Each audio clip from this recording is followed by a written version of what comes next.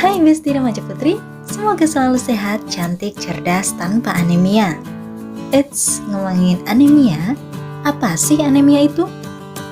Anemia merupakan suatu kondisi tubuh di mana kadar hemoglobin atau Hb dalam darah lebih rendah dari normal. Kadar Hb normal untuk remaja putri usia 12-18 tahun yaitu 12 gram per desiliter.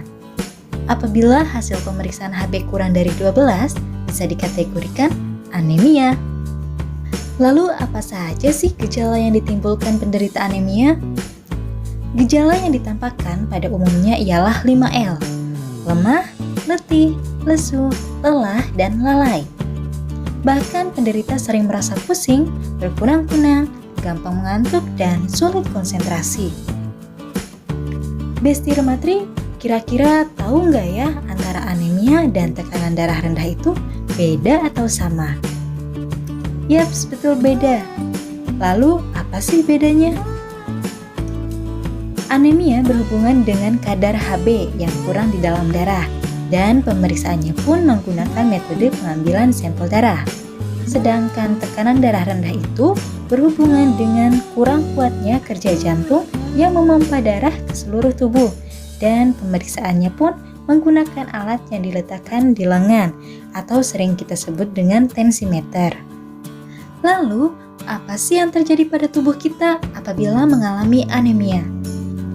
Apabila kita anemia, sel-sel tubuh tidak cukup menerima oksigen karena di dalam sel darah merah terdapat hemoglobin, yang mana hemoglobinlah yang bertugas mengikat dan mengedarkan oksigen ke seluruh tubuh.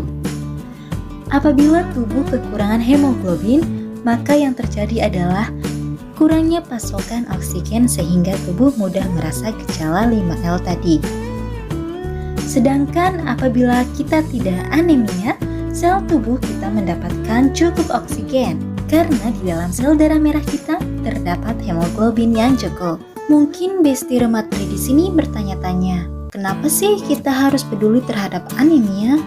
Gini Besti, kalau kita anemia pasti akan menimbulkan dampak pada aktivitas dan kesehatan lainnya seperti sulitnya konsentrasi saat belajar, terganggu aktivitas sehari-hari, efek badan yang mudah lelah, daya tahan tubuh menurun, dan apabila setelah menikah nanti memiliki lebih tinggi resiko masalah pada saat hamil dan melahirkan. Anemia disebabkan oleh 3 faktor. Yang pertama, kurangnya asupan makanan bergizi yang mengandung protein, asam folat, vitamin B12, dan zat besi. Untuk kasus anemia remaja putri di Indonesia, lebih banyak terjadi karena faktor kurangnya asupan makanan yang mengandung zat besi, mengingat kebutuhan zat besi yang tinggi pada masa pubertas. Yang kedua, pendarahan, misalnya ketika menstruasi dan kecacingan. Yang ketiga, adanya faktor genetik seperti ada riwayat thalassemia. Besti Rematri, tahu tidak? Ternyata kalau kita sudah merasakan gejala anemia, itu artinya kita sudah mengalami anemia yang parah. Karena biasanya anemia pada saat awal seringkali tidak menimbulkan gejala. Jadi, jangan tunggu sampai muncul gejalanya ya. Terus, gimana dong biar kita dapat mencegah terjadinya anemia? Sini-sini Besti, kita belajar sama-sama ya.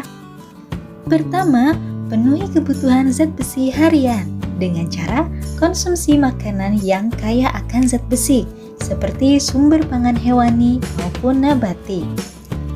Kedua, rutin minum tablet tambah darah atau TTD, 1 tablet 1 minggu 1 kali.